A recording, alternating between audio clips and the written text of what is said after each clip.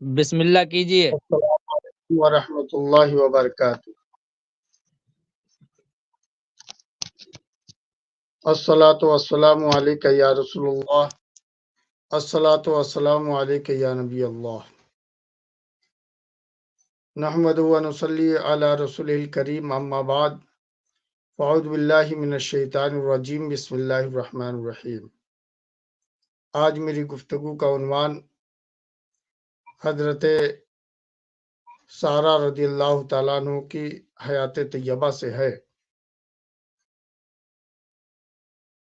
جب حضرت سارہ رضی اللہ تعالیٰ عنہ کی عمر مبارک 90 سال سے زیادہ ہو چکی تھی، لیکن ابھی تک آپ کے بطن مقدس سے کوئی اولاد نہ ہوئی تھی۔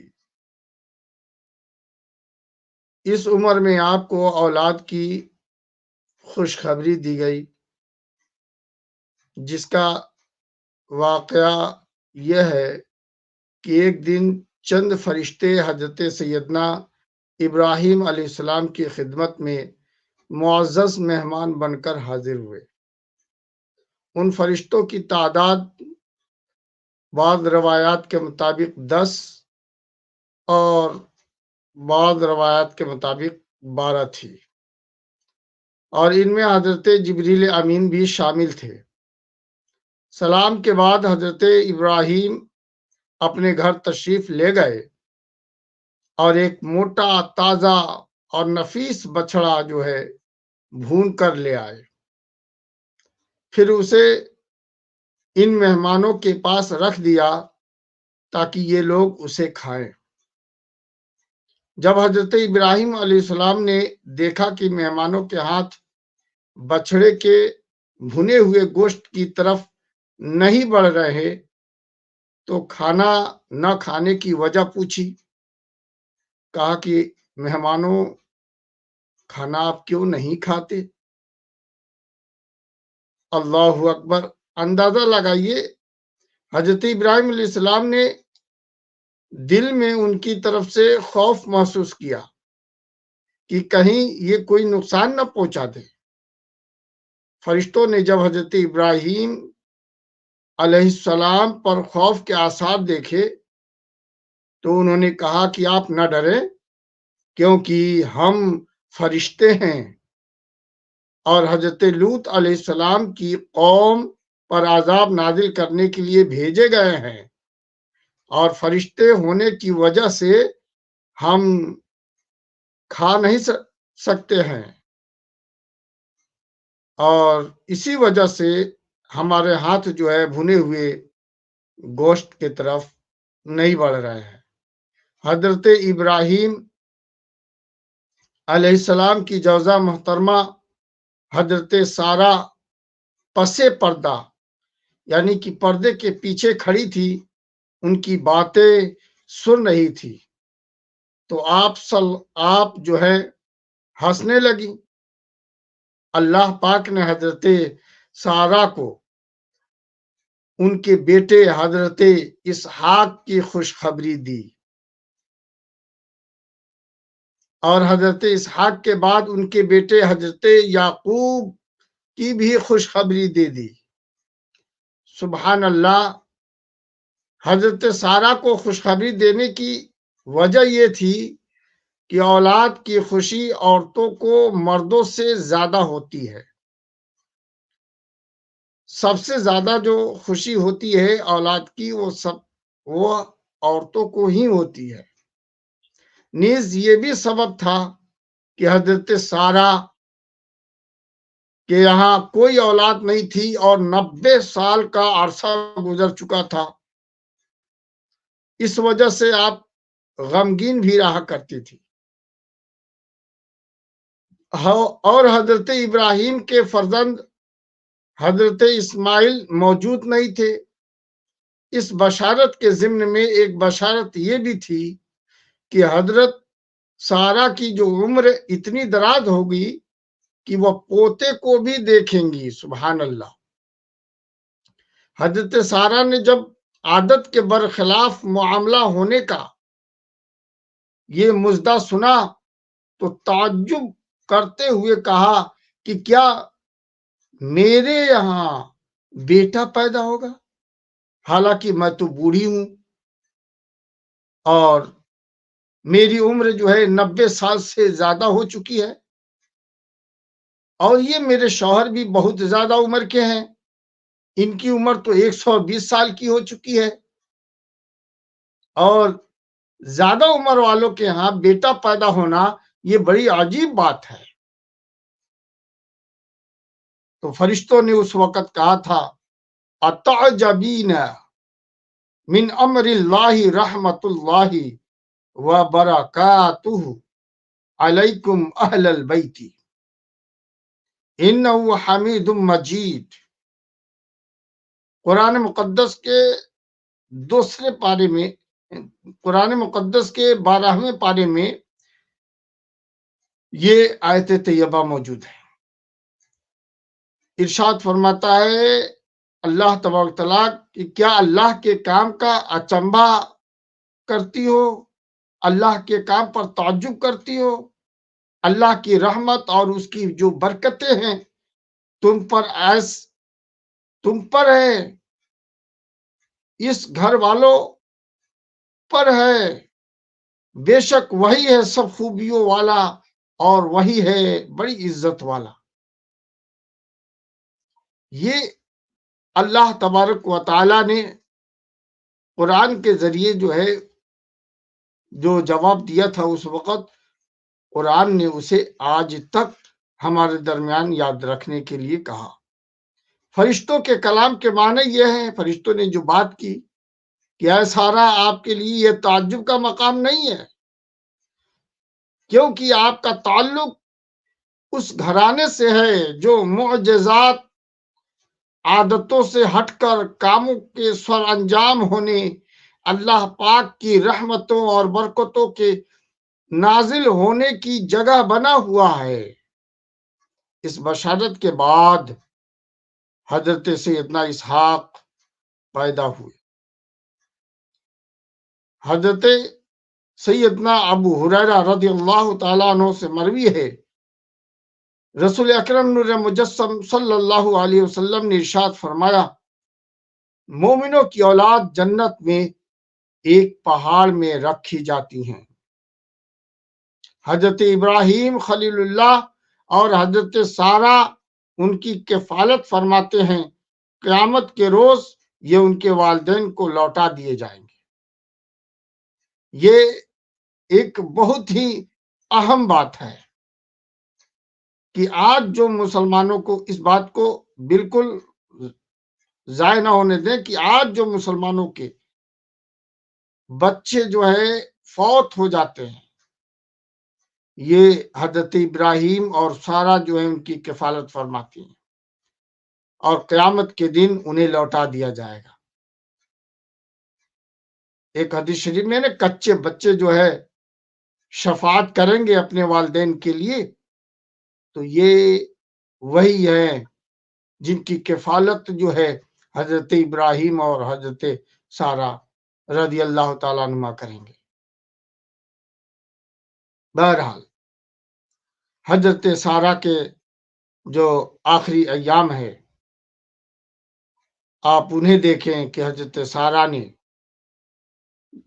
جبرون نام کا ایک جو ہے جبرون نامی بستی تھی، اسی میں انتقال فرمایا۔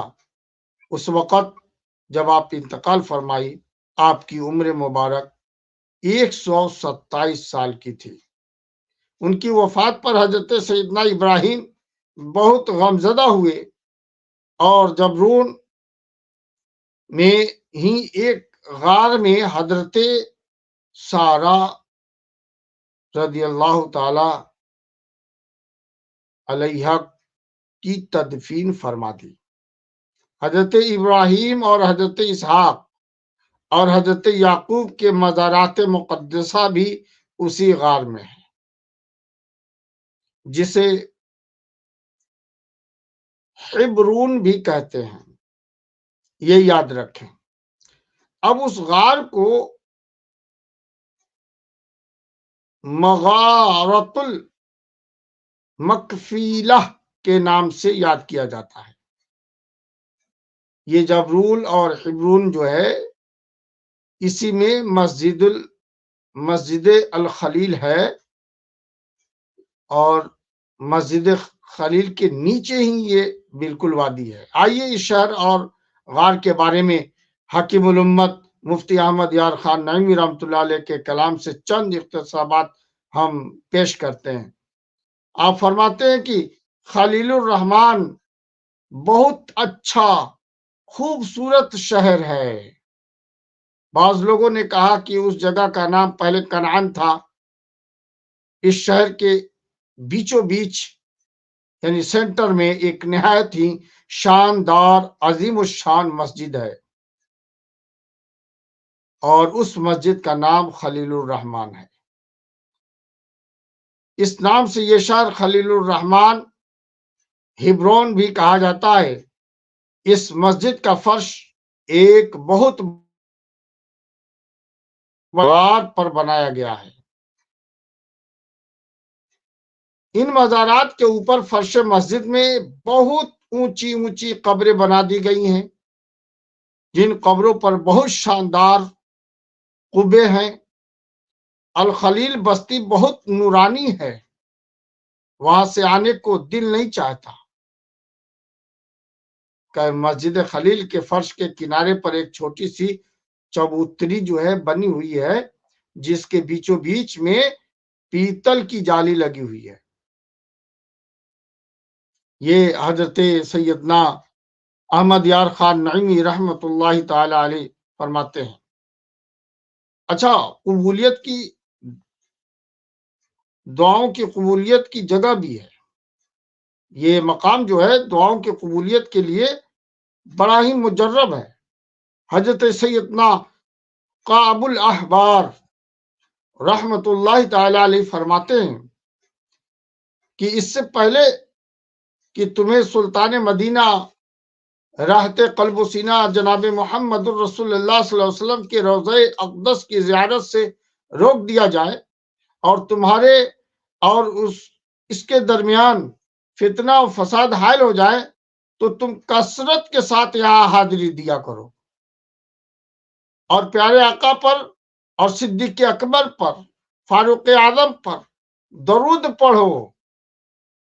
پھر جس کو روک دیا جائے اور راہ میں فتنے حائل ہو جائیں، تو وہ سفر کر کے سیدنا ابراہیم خلیل اللہ کے مزار اقدس پر حاضر ہو، ان کی بارگاہ میں درود کا نذرانہ پیش کرے، اور کثرت کے ساتھ دعا مانگے، کیونکہ ان کے قرب میں دعا مستجاب ہوتی ہے، یعنی قبول ہوتی ہے۔ سبحان اللہ۔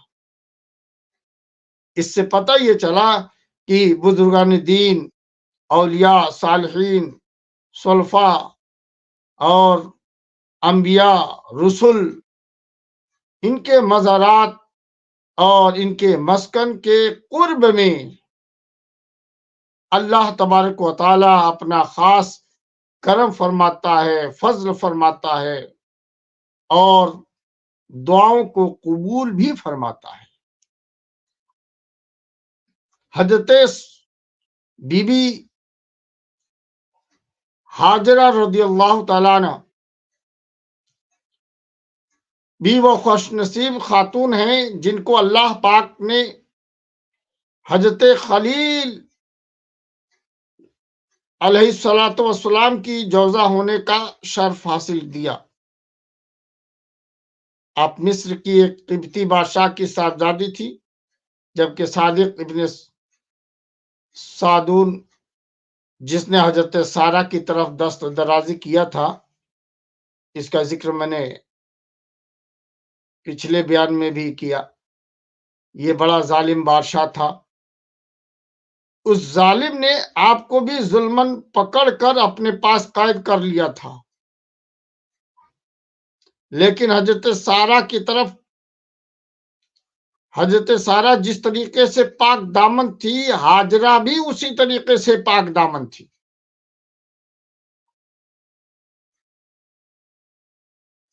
آپ کو بھی اللہ تعالی نے اس ظالم کے دست درازی سے محفوظ رکھا تھا۔ چنانچہ اس کا ذکر کرتے ہوئے مفتی احمد یار خان نعیمی رحمۃ اللہ علیہ فرماتے ہیں کہ حضرت سارہ کا واقعہ کچھ اس طرح سے ہے۔ اس سے پہلے کہ ہاجرہ کے ہاتھ بھی یہی واقعہ پیش آیا، آپ کو ظلمن پکڑ لیا تھا مگر آپ پر قابو نہیں پا سکا تھا، مگر انہیں اپنے گھر میں رکھا، آپ اس کے یہاں مظلومہ اور قیدی بن کر تھی۔ مزید فرماتے ہیں کہ آپ ہاجرہ کی شہزادی تھی، جبکہ اس ظالم بادشاہ کے یہاں مظلومہ قیدی تھی۔ آپ کی عصمت اللہ تعالیٰ نے محفوظ رکھی تھی، حضرت سارہ کی طرح، کیونکہ حضرت سارہ حضرت اسحاق کی ماں بننے والی تھیں اور حضرت ہاجرہ اسماعیل کی والدہ، اور رسول اکرم صلی اللہ علیہ وسلم کے فرمان کے مطابق اللہ کے رسول صلی اللہ تعالی علیہ وسلم جو ہے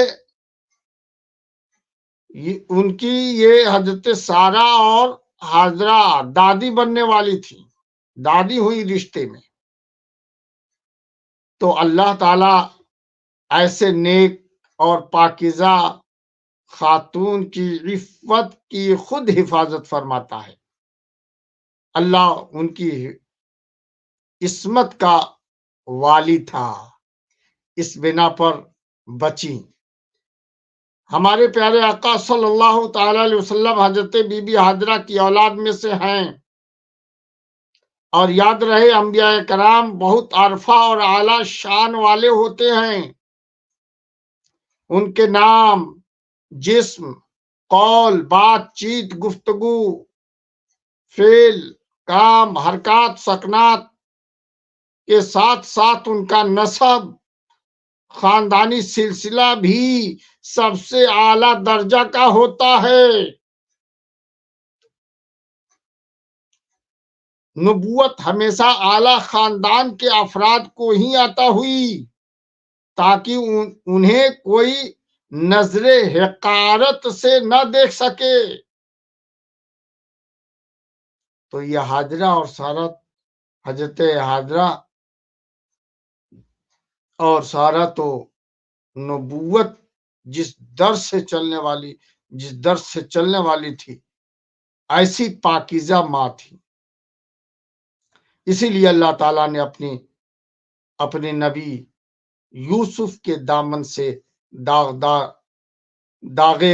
غلامی دھونے کے لیے 7 برس کی قحط سالی بھیجی اور تمام دنیا کو ان کا غلام بنا دیا۔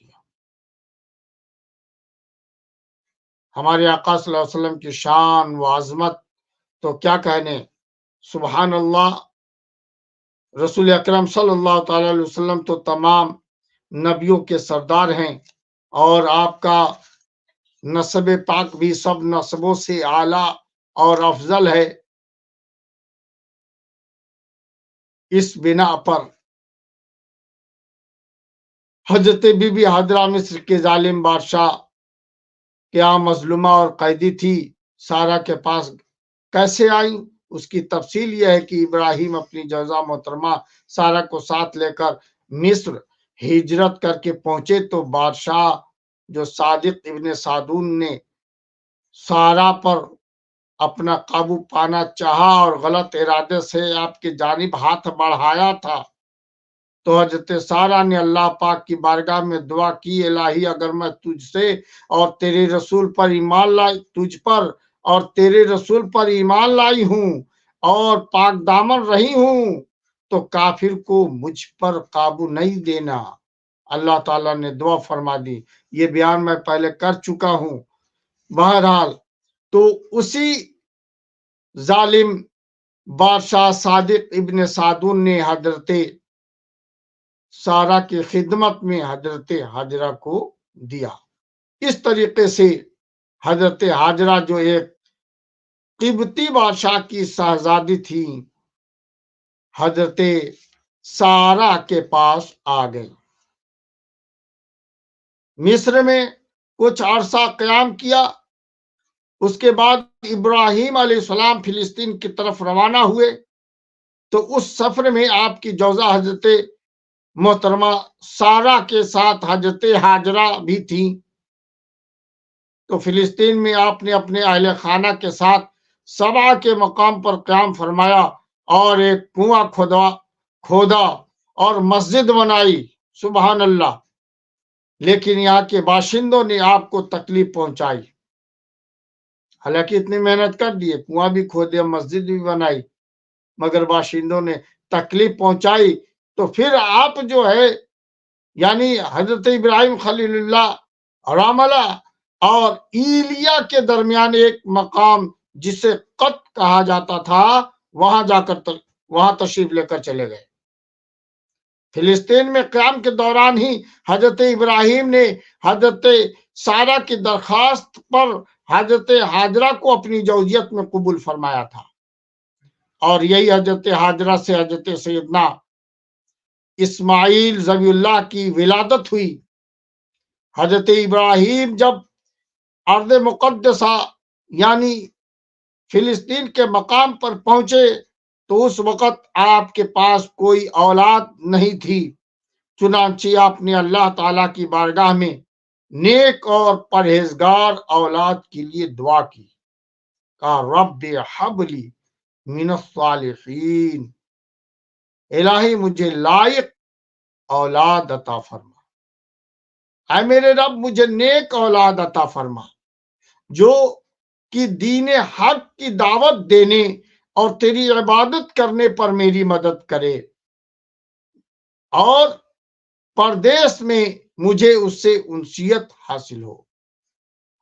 اس آیت سے معلوم ہوا کہ نیک اولاد اللہ تعالیٰ کی بہت بڑی نعمت ہے، اس لیے کہ جب بھی اللہ تعالیٰ سے اولاد کی دعا مانگی جاتی ہے تو نیک اور صالح اولاد کی دعا مانگی جاتی ہے، اور مانگنی بھی چاہیے۔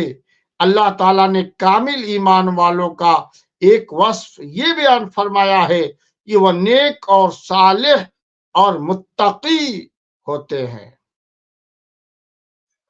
اور یہ بھی بتایا کہ نیک اور صالح متقی بیویوں اور اولاد کی دعائیں مانگتے ہیں، متقی جو ہوتے ہیں، جو پرہیزگار ہوتے ہیں، تاکہ ان کے اچھے عمل دیکھ کر اللہ تعالیٰ اور اس کے پیارے حبیب صلی اللہ علیہ وسلم کی اطاعت دیکھ کر ان کی آنکھیں ٹھنڈی ہو جائیں اور دل خوش ہوں۔ آپ جانتے ہیں آج اس دور میں اکثر وہ پیشتر لوگ جو ہے نیک عورتوں کے طرف، نیک عورت ملنے کی دعا نہیں کرتے،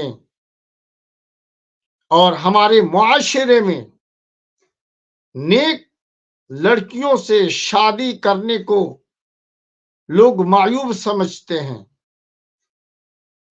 لوگ کوالیفائڈ چاہتے ہیں، تعلیم یافتہ ہو، حسن و جمال کی ملکہ ہو، کام کاج کرنے والی ہو، گھر کو سنبھالنے والی ہو، بچوں کی دیکھ ریکھ کرنے والی ہو، زمین و جائیداد کی صحیح طریقے سے دیکھ ریکھ کر سکے۔ اب آپ سمجھیے کہ اگر اس طرح کی لڑکی کوئی لڑکا والا تلاش کرتا ہے تو کیا وہ نیک سیرت بیوی چاہتا ہے یا گھر سنبھالنے والی کوئی خادمہ چاہتا ہے، کوئی نوکرانی چاہتا ہے؟ میرے پیارے ناظرین و سامعین، جب بھی آپ جو ہیں شادی کے لیے لڑکی دیکھیں تو سب سے پہلے آپ کا سوال یہ ہونا چاہیے کہ کون نیک ہے، کون صالح ہے، تربیت اچھی ہے یا نہیں ہے، بہتر ہے یا نہیں ہے، اور یہی ہونی چاہیے۔ مگر آج کوئی نہیں پوچھتا، کہ لڑکی نیک سیرت ہے یا نہیں، لڑکی نماز کی پابند ہے یا نہیں، روزہ رکھنے کے لائق ہے یا نہیں، لڑکیوں کی سند دیکھتے ہیں، حسن و جمال دیکھتے ہیں، کام کاج کرنے والی لڑکی چاہتے ہیں۔ یقین جانیے کہ آج ہمارے گھروں کے اندر جو خانہ زنگی ہو رہی ہے، اس کی ایک سبب یہ بھی ہے کہ ہم نے اپنا نظریہ بدل دیا ہے۔ ہم نے جو ہے نیک بیوی اور نیک سیرت اور نیک صورت والی لڑکی اپنے گھر میں لانا چھوڑ دیا ہے، جس کی وجہ سے ہمارے یہاں آج 75% ایسے گھر ملیں گے جو خانہ زنگیوں کے ماحول سے جوجھ رہا ہے، اور لڑکیوں کے گھر والے بھی یہی چاہتے، لڑکا ہو، کوالیفائڈ ہو، گریجویٹ ہو، ہینڈسم ہو، دیکھنے میں خوبصورت ہو، باڈی والا ہو، پیسہ کماتا ہو، مگر لڑکی والا پلٹ کر نہیں پوچھتا ہے کہ لڑکا نیک ہے یا نہیں، صالح ہے کہ نہیں، متقی ہے کہ نہیں، اس کے دل میں خوف خدا ہے کہ نہیں، بزرگوں سے لگاؤ رکھتا ہے یا نہیں رکھتا ہے، دین سے محبت کرتا ہے یا نہیں کرتا ہے۔ میرے پیارے، اگر جس دن ہماری قوم میں حضرت ابراہیم علیہ نبینا علیہ الصلوۃ والتسلیم کی طرح شادی میں نیک اور خوبصورت کے ساتھ ساتھ صالح اور تقوی شعار عورتوں سے شادی کرنا پسند کر لیں گے، اس دن ہمارا معاشرہ بدل جائے گا۔ جس دن ہمارے درمیان جو ہے عورتیں مردوں کے حق میں نیک اور صالح اور متقی اور پرہیزگار جو ہے دولہا تلاش کرنا شروع کر دیں گے، اس دن ہمارا معاشرہ بنتا ہوا نظر آئے گا اور ہمارے اندر سے برائیوں کا خاتمہ ہوتا ہوا نظر آئے گا۔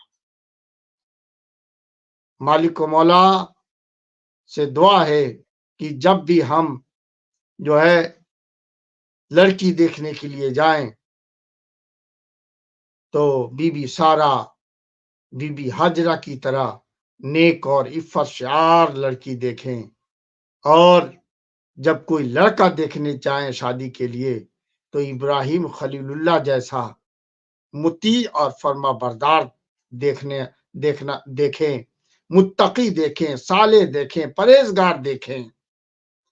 آج بھی ہو جو ابراہیم سا ایما پیدا، آگ کر سکتی ہے اندازے گل ستا پیدا۔ وما توفیق الا باللہ۔ انشاءاللہ الرحمن کل کی گفتگو میں ہم حضرت ہاجرہ اور سارہ کے صاحبزادگان کے تعلق سے گفتگو کریں گے۔ اللہ تعالی جو باتیں بیان ہوئی مالک و مولا اس پہ عمل کی توفیق عطا فرمائے، اور حضرت سارہ، حضرت ہاجرہ کی برکتیں اور رحمتیں، ان کی فیض و برکات ہمارے گھروں میں، ہمارے بچوں پہ، ہماری بچیوں پہ نازل فرمائے، ہم سب پہ نازل فرمائے۔ وما توفیق الا باللہ، وآخر دعوانا ان الحمدللہ رب العالمین۔ بہت بہت شکریہ مفتی صاحب آپ کا، ماشاءاللہ بہت اچھا بیان رہا، اور ہمیں یہ ایسے واقعات سننا بھی چاہیے تاکہ ہمیں پتہ چلے کہ ہمارے اسلام میں کیسے کیسے پاکیزہ عورتیں گزری ہیں، اور کیسے کیسے صبر کیا ہے، اور کیسے اللہ تبارک و تعالیٰ پر یقین اور ایمان کامل رکھا ہے۔ یہ جب ہم سنیں گے تو ہمارے دلوں میں بھی، ہماری ماں بہنوں میں بھی وہ جذبہ پیدا ہوگا۔ ماشاءاللہ بہت اچھا آپ نے بیان کیا، اللہ تعالیٰ آپ کو سلامت رکھے اور آپ کے اس بیان کو قبول فرمائے۔ آمین آمین. یہ کچھ ہمارے جو میسج وغیرہ کیے ہیں میں تھوڑے پڑھ دیتا ہوں، جو مجھے میسج کرتے ہیں، تو آپ کی اجازت ہو تو ان کے نام لے کے میسج کر دوں اچھا تھا. 5-6 میسج آئے ہیں. جی جی جی یہ ہمارے امتیاز ٹھیک انصاری ہے، ہیں. اچھی بات.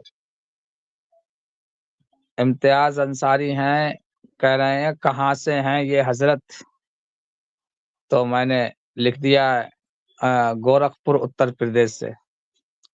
جی جی یہیں جی سے ہے جی نا آپ حضرت؟ مجھے تو امتیاز گورکھپور ہی یاد ہے. میرے طرف سے جو ہے ابھی شعبان المعظم آنے والا ہے، رجب المرجب کی خوب خوب جو ہے فیض و برکات حاصل کرنے کی توفیق عطا فرمائے. اللہ تعالیٰ اپنی آمین. حفظ و امان رکھیں. میں گورکھپور سے رہنے والا ہوں. بہت بہت شکریہ. اور طالب انصاری ہیں، یہ سلام کیا تھا تو میں نے جواب دے دیا وعلیکم السلام. اور پوچھ رہے تھے حضرت علیہ وعلیکم آپ، السلام. آپ اور خیریت بھی آپ کی پوچھ رہے ہیں. اللہ کا کرم ہے، بس دعا فرمائیں ہمارے لیے، اور جو گفتگو ہوتی ہے دوسروں تک پہنچائیں تاکہ لوگ جو ہے اس پر عمل کر کے اپنی عاقبت کو، اپنی آخرت کو سنواریں. آمین اللہ آمین. تعالیٰ ان کو اور ان کے اہل خانہ کو اپنے حفظ و امان میں رکھے. ایک اسلامی معلومات نام سے چینل ہے، وہ کہہ رہے ہیں نائس، یعنی آپ کی گفتگو کو، آپ کے بیان کو پسند کیا ہے، اور کہہ رہے ہیں گڈ. اللہ تعالیٰ ان کے چینل میں جو ہے چینل کو جو ہے خوب ترقی دے، اور انہیں ہماری باتیں اگر اچھی لگی تو اس پر عمل کی توفیق عطا فرمائے. آمین. حضرت میری ایک خواہش تھی مفتی صاحب جی فرمائے. کہ اصل میں لوگ ادھر ادھر بھی لوگ زیادہ بھاگتے ہیں. جیسے آدمی کوئی دوا کھاتے رہتا ہے 1 مہینہ یا 2 مہینہ، اللہ تعالیٰ تو تمام مریضوں کو پہلے شفا عطا فرمائے. ہاں، جیسے آمین کبھی آمین. کبھی ایسا ہوتا ہے، کبھی ایسا ہوتا ہے لوگ دوائیں کھاتے رہتے ہیں، الٹرا ساؤنڈ کرا رہے ہیں، چیک اپ کرا رہے ہیں، کچھ آتا نہیں ہے، پھر بھی پریشانی رہتی ہے. تو ہو سکتا ہے تو آدمی یہ سوچتا ہے کہ شاید ہم پر کسی نے کچھ کرا دیا ہے. تو انشاءاللہ تبارک و تعالیٰ میں یہ چاہتا ہوں کہ ایک دن ایسا بھی رکھا جائے جس میں صرف خالی یہ وظائف وغیرہ ہی تھوڑے بتائے جائیں.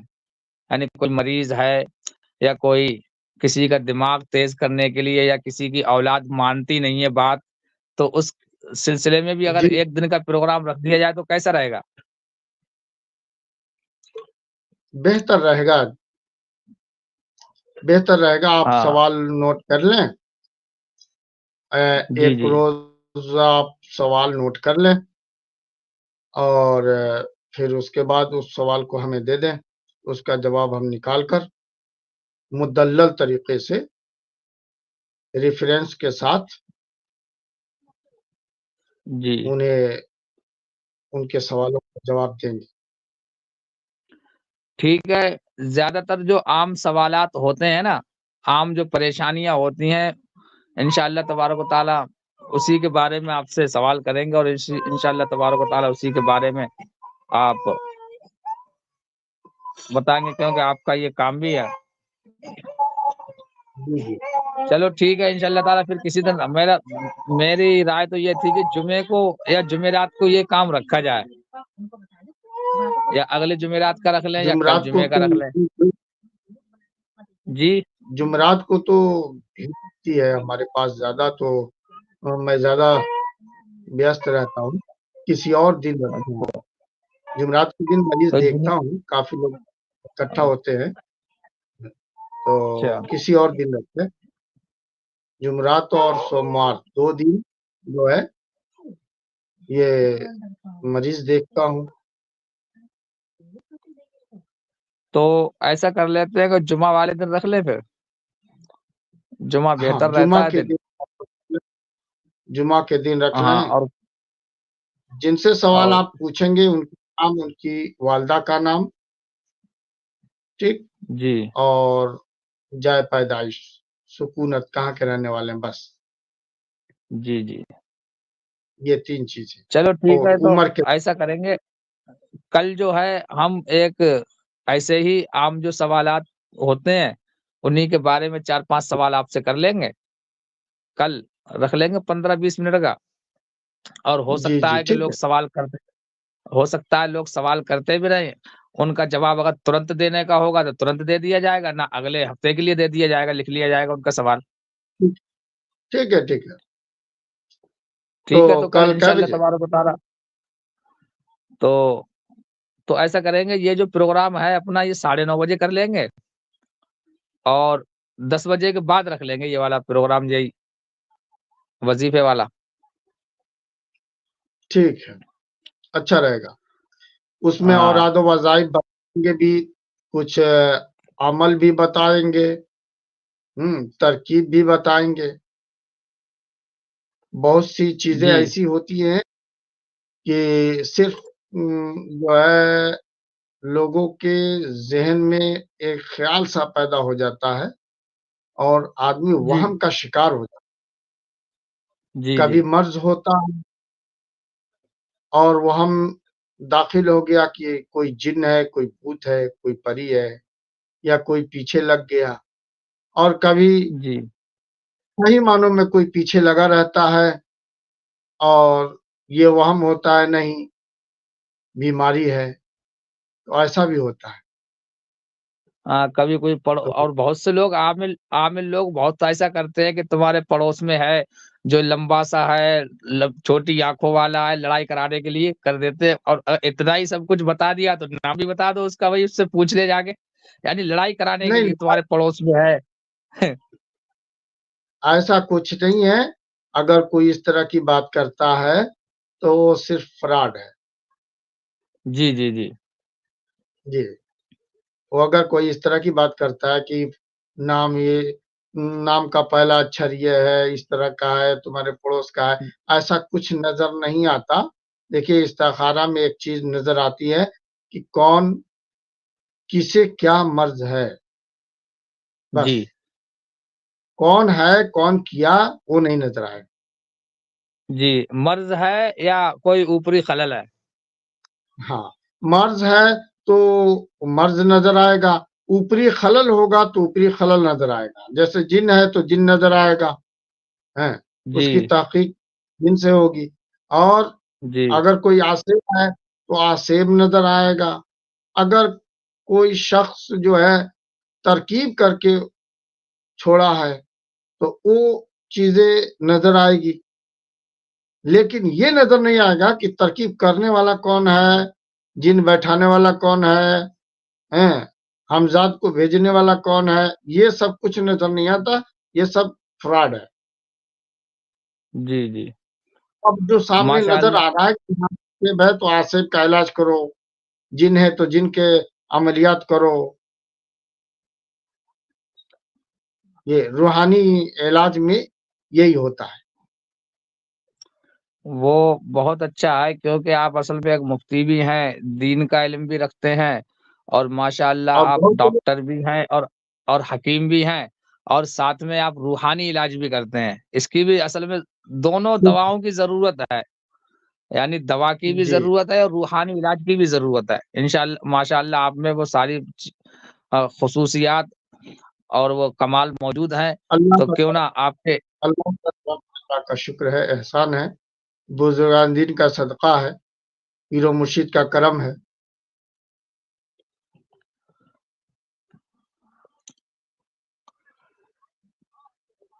چلو پھر ٹھیک ہے، انشاءاللہ تبارک و تعالیٰ کل سے ہی آپ کا یہ بھی سوال رکھیں انشاءاللہ گے. ہو گیا اگر سوالات وغیرہ زیادہ ہوں گے تو ہفتے میں 2 دن کر لیں گے. انشاءاللہ. جمعہ کو کر لوگوں لیں گے یا کی پھر منگل. خدمت کے لیے میں حاضر ہوں. لوگ جس طرح سے چاہیں میرے علم سے فائدہ اٹھا سکتے ہیں. میں نے علم سیکھا ہے علم بانٹنے کے لیے. جی، اور دعا بھی کرنا چاہیے اللہ تعالیٰ سے کہ اللہ تعالیٰ ہمیں علم نافع عطا فرمائے.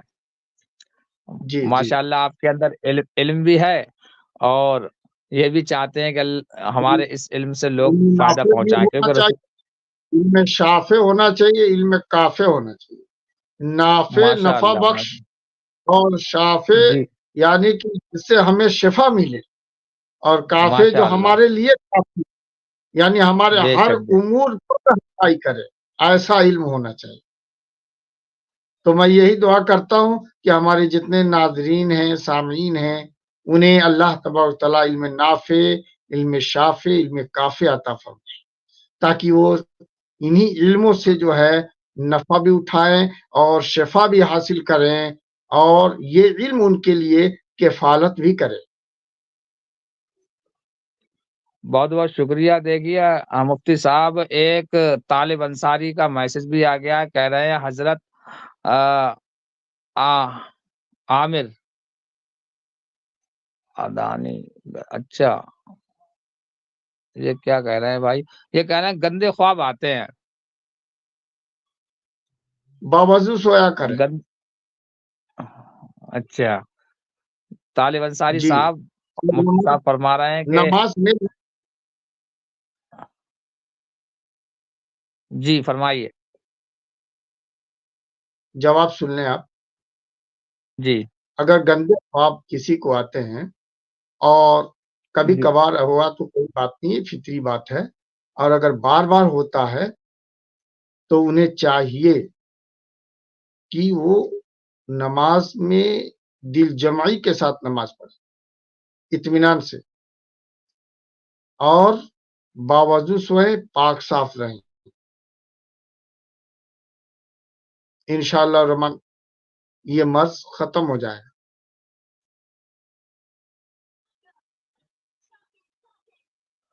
امید ہے کہ طالب انصاری صاحب کے لیے دیکھو سوال کا جواب ابھی سے شروع ہو گیا۔ آپ اگر چاہیں تو نماز اگر نہیں پڑھتے ہیں تو پہلے تو نماز کی پابندی کریں، اور ہو سکے جی تو وضو کر کے سوئیں تو بہتر رہے گا انشاءاللہ۔ اب کبھی کبھی خواب آ جاتے ہیں تو کوئی بات نہیں، وہ تو آ ہی جاتے ہیں کبھی نہ کبھی، مگر زیادہ تر آپ کو آ رہا ہے ہفتے میں 2-4 دن آ رہے ہیں، تو آپ ایسا کریں، پہلے تو نماز کی پابندی کریں جتنی وقت کی آپ کو، پہلی بات قطعی نہیں پڑھتے ہیں تو کم سے کم جو آپ کو میسر آئے وہ نماز پڑھیں۔ میں یہ نہیں کہتا کہ آپ 5 وقت کے ایک ساتھ نمازی متقی بن جائے تو اچھی بات ہے، مگر آدمی نہیں پڑھ پاتا ہے، تو جتنا آپ کو وقت ملے تو کم سے کم ایک نماز تو ضرور ہی پڑھیے آپ، کیونکہ ایک نماز پڑھیں گے تو پاک رہنا بھی ضروری ہو جائے گا، کیونکہ آدمی نماز نہیں جی، پڑھتا ہے تو مفتی صاحب پاک بھی نہیں رہ پاتا ہے وہ۔ وہ بات صحیح ہے۔ جی پہلے وہ تو آپ ایک پاک صاف رہنے کی پریکٹس کریں۔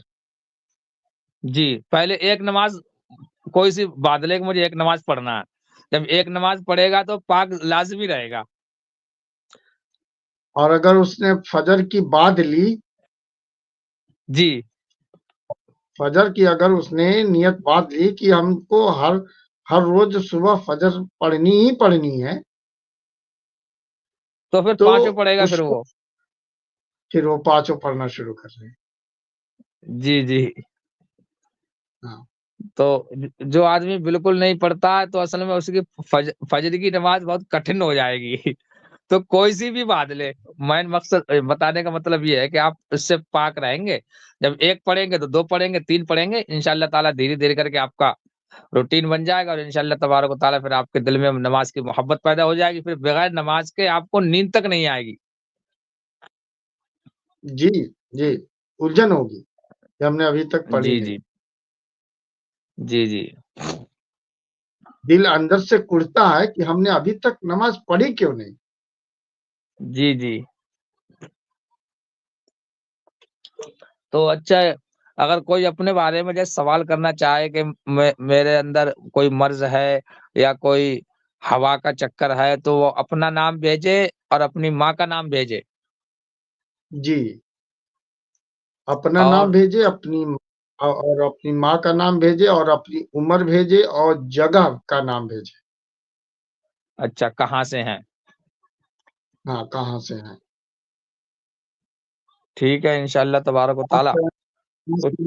جو ہے چونکہ ضلع بتا دے، پھر گاؤں کا نام بتا دے بس۔ سامعین بھی بتا سکتے ہیں، ناظرین ہمارے جتنے بھی دیکھ رہے ہیں اور جو آگے دیکھیں، کہ اگر آپ کو کوئی اللہ نہ کرے اگر کوئی آپ کے گھر میں کوئی ایسا مریض ہے جو دوا چل رہی ہے اور دوا بالکل اثر نہیں کر رہی ہے، مہینوں ہو گئے دوا کھاتے ہوئے، الٹرا ساؤنڈ کرا رہے ہیں، چیک اپ کرا رہے ہیں، کچھ نہیں آتا اور ڈاکٹر بھی پریشان ہیں، تو ہمارے مفتی صاحب روحانی علاج بھی کرتے ہیں اور یہ دوا والا بھی علاج کرتے ہیں، حکیم بھی ہیں، ڈاکٹر بھی ہیں اور ماشاءاللہ مفتی بھی ہیں، دین کا علم بھی رکھتے ہیں۔ تو ان کے اندر اللہ تبارک و تعالیٰ نے خدمت کرنے کا جذبہ بھی رکھا ہے، یہ چاہتے ہیں کہ اللہ تبارک و تعالیٰ نے مجھے جو کچھ عطا کیا ہے میں اس سے اپنے اللہ کی مخلوق کو فائدہ پہنچاؤں۔ تو اگر کوئی ایسا آپ کا کوئی سوال ہے یا کوئی آپ کے گھر میں کوئی ایسی پریشانی ہے تو آپ اپنا نام لکھیں، یعنی اس مریض کا نام لکھیں اور اس کی ماں کا نام لکھیں اور جگہ کا نام لکھیں اور عمر لکھیں، آپ کہاں سے ہیں، انشاءاللہ تبارک و تعالیٰ اس کا جواب دیا جائے گا اور یہ دیکھ لیا جائے گا، آپ سے کوئی پیسہ نہیں لیا جائے گا کہ آپ سے یہ کہا جائے کہ آپ 101 روپے ڈالیں، 551 روپے ڈالیں تب آپ کے بارے میں بتایا جائے ایسے گا، ایسا نہیں ہے جی۔ ایسا کچھ نہیں ہے، قرآنی علاج میں، روحانی علاج میں کوئی پیسہ نہیں۔ جی تو میں یہی بتانا چاہ رہا تھا کہ ایسا نہیں ہے کہ ہم آپ کو لوٹنے کا بھوٹنے کا کام نہیں کرنا ہے، یہ ہمارا آخری جو اصل میں عشاء کے بعد جو 2-3 گھنٹے ہوتے ہیں، اسی میں اگر ہماری وجہ سے اگر کسی کو فائدہ ہو جائے، کیونکہ رسول اللہ صلی اللہ تعالیٰ علیہ وسلم فرماتے ہیں اللہ تبارک و تعالیٰ کو سب سے زیادہ وہ انسان پسند ہے جو دوسروں کو فائدہ پہنچائے، ایمان والا۔ تو جی ہم سے جی اگر کسی کو فائدہ پہنچ رہا ہے تو ہمارا کیا جا رہا ہے، اللہ تعالیٰ نے ہمیں دیا تو ہم نے اس سے فائدہ پہنچا دیا، اللہ تعالیٰ اس کا ہمارے لیے جزا عطا فرمائے گا، اس کا صلہ عطا فرمائے گا۔ تو آپ صاحب اگر کوئی آپ کے جاننے والوں میں یا کیسا بھی ہو تو آپ اس کا نام لکھیں، اس کی ماں کا نام اور اس کی عمر اور جگہ، انشاءاللہ تبارک و تعالیٰ ہمارے مفتی صاحب بتائیں گے کہ مرض ہے یا کوئی ہوا کا چکر ہے کیا ہے، انشاءاللہ تبارک و تعالیٰ پھر اسی طریقے کا علاج چلے گا۔ اب مرض ہوتا ہے کسی کے لیے ہوا کا، یعنی اوپری خلل ہوتا ہے اور آدمی دوا کرا رہا ہے، کبھی دوا کا مرض ہوتا ہے تو آدمی اسی ہوا کا یعنی اوراد و وظیفہ کر رہا ہے، تو جو جس کی ترکیب ہے، جو جس کا علاج ہے وہی کیا جائے گا پھر۔ تو پہلے تو ہم یہ انشاءاللہ۔ جانیں کہ ہمارے جسمانی مرض ہے یا روحانی مرض ہے، تو اسی طریقے سے اس کا علاج ہوگا، تبھی ہم شفا یاب ہو سکتے ہیں۔ آپ تمام لوگوں کا بہت بہت شکریہ، انشاءاللہ تبارک و تعالیٰ کل پروگرام 10 بجے رکھا جائے گا اسی روحانی علاج کے سلسلے میں، اور 9:30 بجے حضرت سارہ اور حضرت حاجرہ کا بیان ہوگا جس طرح آج ہوا ہے۔ اللہ تبارک و تعالیٰ ہمیں اور آپ کو نیک عمل کی توفیق عطا فرمائے اور ہمارے مفتی صاحب کو بھی سلامت رکھے اور آپ کو بھی سلامت رکھے اور عالم اسلام کو سلامت رکھے۔ آمین بہت آمین۔ بہت شکریہ مفتی صاحب آپ کا۔ ٹھیک ہے حضرت، پھر السلام علیکم ورحمۃ اللہ۔ وعلیکم السلام ورحمۃ اللہ وبرکاتہ۔